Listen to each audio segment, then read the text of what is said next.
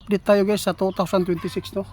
Mayroon pong babala si kaibigan po ngayon. Kung sino man po ang makapanood, nasa inyo na lang po ang pagpapasya kung magtanim po kayo nito o hindi, no. Nakita ng ating kaibigan sa taon na 2026, marami pong mga tao ang magugutom. Bakit po kaibigan? Sa dami na po ngayon ng mga palayan po dito sa Pilipinas ay hindi na po tinaniman ng palay. Ano ba ang itinanim naman po kaibigan? Ibig sabihin nito guys, kulang na tayo sa source ng pagkain. Kaya sa lahat ng makapanood kung marapati lang po ninyo ito, kung maniniwala kayo nito, posibleng matutulungan po tayo. Lalo na yung mga mahihirap, no?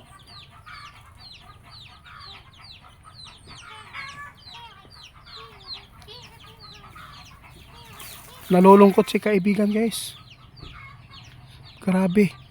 Ang daming mga kababalagan talaga ang mangyayari sa 2026. Sa lahat ng kung kinsa man daw ang makadungog ani, sa lahat po na makarinig nito, i-share lang po ninyo, baka mayroon kayong mga kamag-anak sa lugar po ng mga probinsya, no? Kailangan po tayo magtanim ngayon.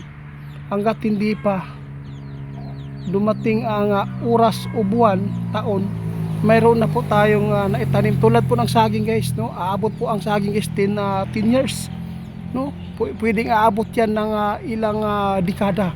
Hindi yan agad-agad na namamatay. Yun po. Lalo na sa pagtanim ng ube, kamuting kahoy. Basta yun po ang makapagbigay po sa atin ng tulong kung sakali man na dumating ang panahon na masagupa natin ang tagutom, lalo na, no, ay nakitaan ng ating kaibigan ay kulang po talaga ang source po natin dito sa ating mga palayan, sa mga bigas, dahil po doon po tayo kuha sa ibang bansa tulad sa Vietnam, di ba kaibigan? Bakit po inyo ito nasabi kaibigan na posibleng mangyari ang tagutom sa 2026? Nakita daw nila ang impormasyon guys na mangyayari talaga. Hindi po natin alam ang ibig sabihin ng ating kami. Baka po magkaroon po ng World War 3. Sigurado daghang yung magugutom Diyos ko. Kaya ipinapahanda po ang lahat, kung sino man po yung may mga kamag-anak nasa probinsya doon sa bundok, taniman po natin ng mga pagkain na yung lagi po natin na nakikita sa social media ngayon guys, na posibleng umabot ng ilang taon, no, na mga tanim tulad po ng ube, saging, yung mga kamuting kahoy. Ito talaga ang maganda po itanim, yung aabot po ng ilang taon, hindi po agad namamatay.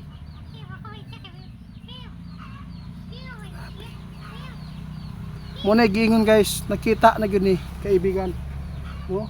Nakita ng ating kaibigan ngayon na mangyari talaga ang tagutom. Kaya sa lahat ng makapanood sa aming video, no, nasa inyo na lang po ang pagtitiwala o paniniwala kung gawin po natin. Pero sa totoo lang kaibigan, yung doon sa amin ay lahat po ng mga kapitbahay namin doon, lahat may mga tanim na po talaga ng mga kamuting kahoy, kamuti at saka sagi at saka ubi at saka yung apali, may tawag sa muana guys.